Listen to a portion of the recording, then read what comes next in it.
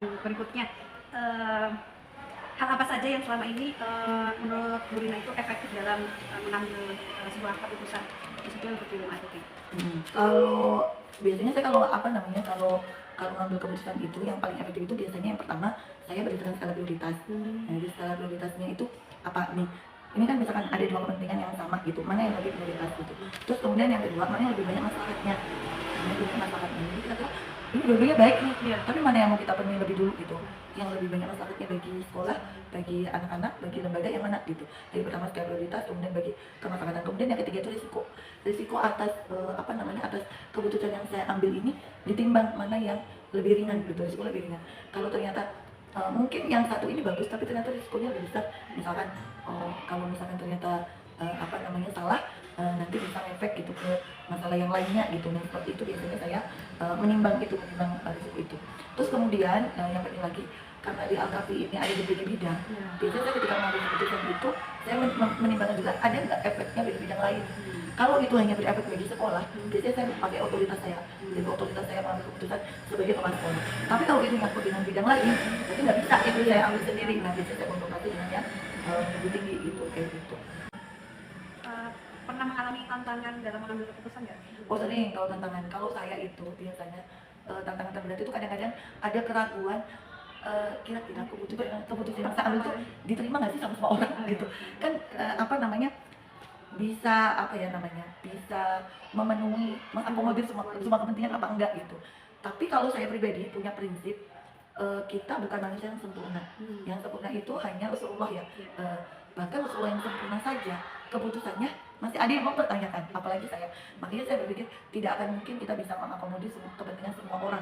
Maka yang bisa kita lakukan adalah tadi gitu, ambil yang dia itu risikonya paling ringan, ambil yang kira-kira itu lebih maslahat bagi semua orang, terus kemudian ambil mana yang paling prioritas untuk dilakukan paling awal gitu.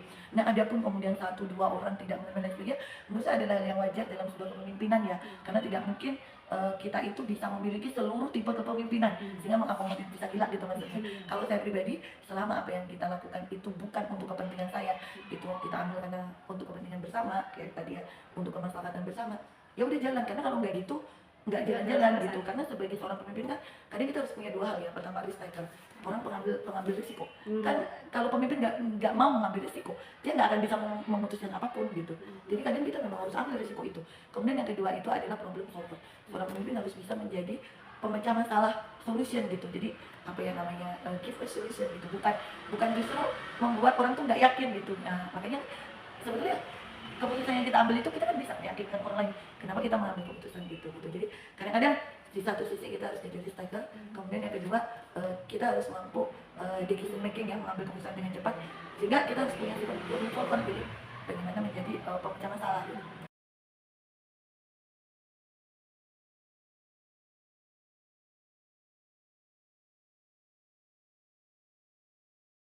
Eh, ada partner-partner yang dia itu bisa melihat dari sisi luar ya. Kan kalau kita mah orang yang ada di dalam gitu. Kadang-kadang orang-orang yang apa namanya, yang memberikan masukan-masukan, tapi itu bukan dari tim. Kalau dari tim kan memang setiap saat kita koordinasi. Tapi yang dia di luar tim, karena dia pasti bisa menilai kita lebih lebih lebih objektif ya, bagaimana perkembangannya, bagaimana ini seperti itu. Nah biasanya saya mendapatkan inspirasi itu dari yang seperti itu gitu. Terus kemudian apa namanya, saya bawa lagi kalau itu sesuatu yang baru, walaupun sepenasarannya saya, tetap itu tuh harus keputusan dari tim. Karena gini, gerbong ini kan ibaratnya saya masinisnya, saya punya gerbong gitu.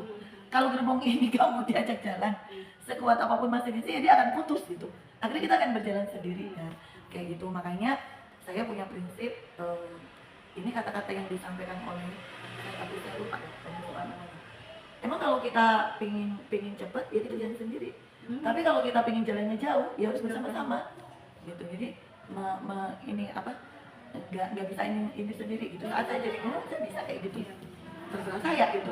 Karena posisi saya hanya bertanggung jawab dengan saya. Tapi pada posisi kita yang memimpin, tanggung jawab saya banyak gitu, ke guru, ke anak-anak kayak ini. Maka harus berjalannya bersama gitu, kayak gitu. Jadi sekuat apapun kita nggak bisa kita itu sendiri gitu.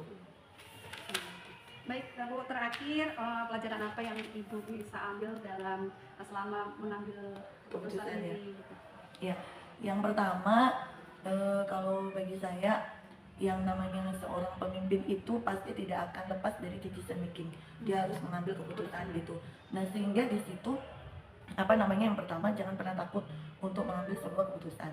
Terus yang kedua, eh, seorang pemimpin itu harus berani mengambil resiko atas mengambil resiko dan kemudian menghadapi resiko dari keputusan yang dia ambil gitu.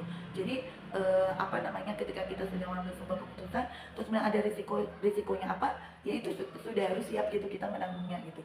Terus kemudian yang ketiga, karena kita sebagai seorang pemimpin bukan orang yang sempurna gitu, maka kita tidak perlu merasa apa namanya harus menjadi manusia sempurna yang bisa mengakomodir semua orang.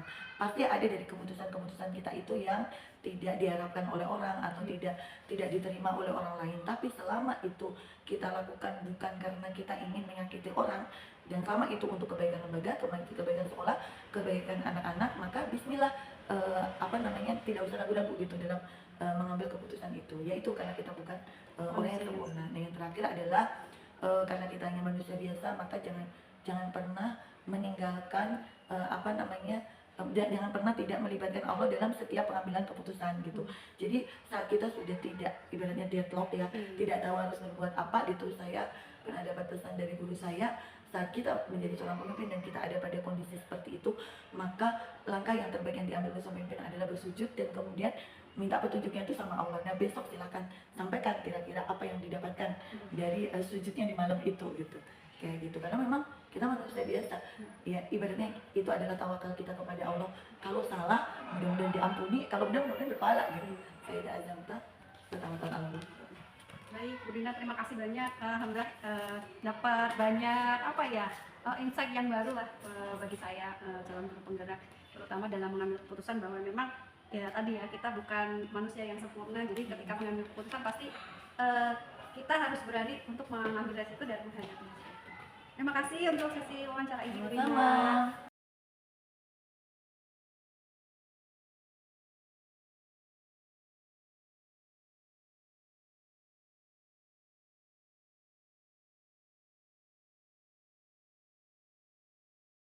Adalah terkait guru, bagaimana langkah yang biasa Ibu lakukan setelah menggali itu, prosesnya seperti apa, Bu? Ya kan, pertama dengan personalnya ya, dengan orangnya langsung. Kemudian ya karena kita ini adalah di bawah naungan yayasan, ya kan. Langkah selanjutnya sih saya juga harus ini ya, koordinasi ya dengan pihak yayasan, menyampaikan bahwa ada kondisi guru seperti ini gitu kan. Apakah masih diizinkan sekiranya gitu kan untuk masih tetap ibaratnya menuntaskan dia masa jabatannya, masa kerjanya, dalam artian kan di tengah semester nih gitu kan, sampai akhir gitu kan.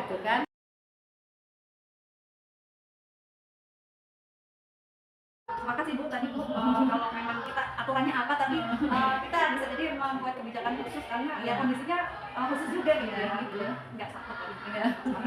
Terus kalau tantangan dalam mengambil keputusan itu apa pernah ada atau seperti apa, Bu, Apa ya, yang dialami, tantangan yang dialami? tantangan ya ada saja sih, pasti yang namanya keputusan ini kan itu ada pro dan kontra Iya, ujungnya benar. gitu kan.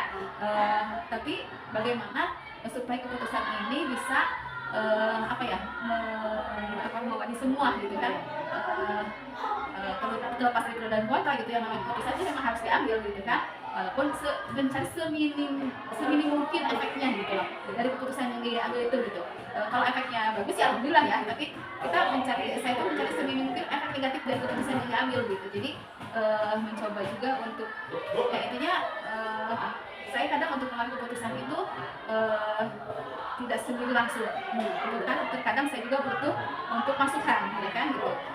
Kalau misalnya terkait dengan pembelajaran, terkait dengan guru gitu kan, atau anak, ya terkadang masukan dari ada yang namanya kan wakil ya, dari Makassar gitu kan, ini gimana nih, atau misalnya kalau menurut ini sarannya gimana gitu. Atau kalau dengan kasus dengan siswa gitu kan, kesiswaan, TBK, kegiatan wali kelas gitu, itu saya ini dulu gitu kan, minta masukan, walaupun memang pada ujungnya nanti keputusan kan tetap kepala sekolah gitu kan.